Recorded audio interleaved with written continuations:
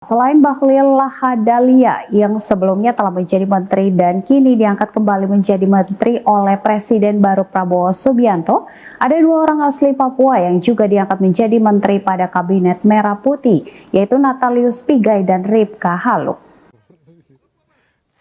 Selain Bahlil Lahadalia yang dipercaya kembali duduk dalam Kabinet Prabowo Gibran, dua putra asli Papua yang juga dipercaya Presiden Prabowo duduk dalam Kabinet Merah Putih adalah Natalius Pigai dan Ripka Haluk. Jika Bahlil Lahadalia putra Papua kelahiran Fak-Fak pernah menduduki posisi sebagai Menteri ESDM di era Presiden Joko Widodo dan kembali dipercaya menduduki posisi yang sama di Kabinet Presiden Jokowi, maka Ripka Haluk, perempuan Papua Pegunungan pertama yang sebelumnya adalah penjabat gubernur Provinsi Papua Tengah, dipercaya menduduki jabatan Wakil Menteri Dalam Negeri di jajaran Kabinet Merah Putih. Sementara Natalius Pigai, putra asli Papua yang sebelumnya sebagai tim kuasa hukum Prabowo Gibran dan pernah menjabat sebagai Komisioner Komnas HAM periode 2021-2017, diangkat dalam jabatan sebagai Menteri Hak Asasi Manusia juga pada Kabinet Merah Putih pimpinan Presiden Prabowo Subianto.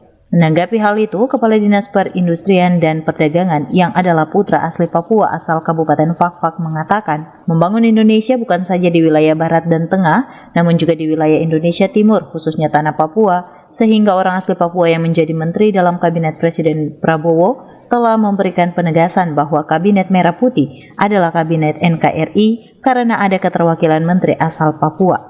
Kundrat Patipi berharap dengan adanya Ripka Haluk, Natalius Pigai dan Bahlil Lahadalia dalam Kabinet Presiden Prabowo saat ini akan semakin membawa kemajuan pembangunan dan percepatan peningkatan kesejahteraan bagi masyarakat Indonesia, khususnya bagi orang asli Papua yang ada di seluruh wilayah negara Kesatuan Republik Indonesia.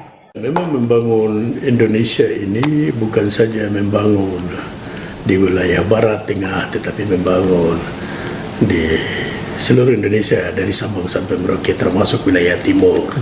Ya, harus menghadirkan orang-orang dari wilayah timur yang mereka bisa dapat memberikan kontribusi terkait dengan pembangunan ini karena mereka orang asli Papua yang memang betul-betul lahir dan besar dari tanah Papua ini. Tanah Papua ini mereka mengenal karakter budaya dan mereka bisa membawa Papua ini sedikit lebih bisa sejajar dengan saudara-saudara kita yang dari wilayah tengah maupun barat.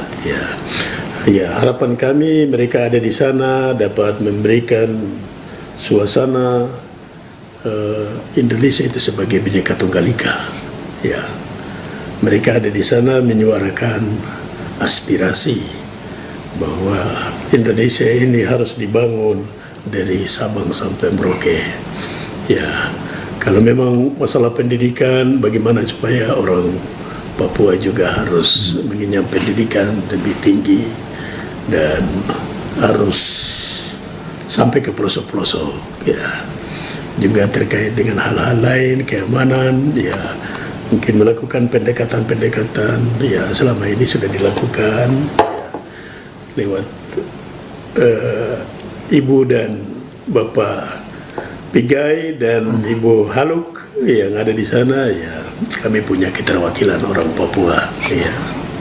Jadi bangga ya Bapak ya? Kami bangga. Ya, itulah Indonesia. Ya. Ari Armstrong, CWM Channel, Biro Manokwari.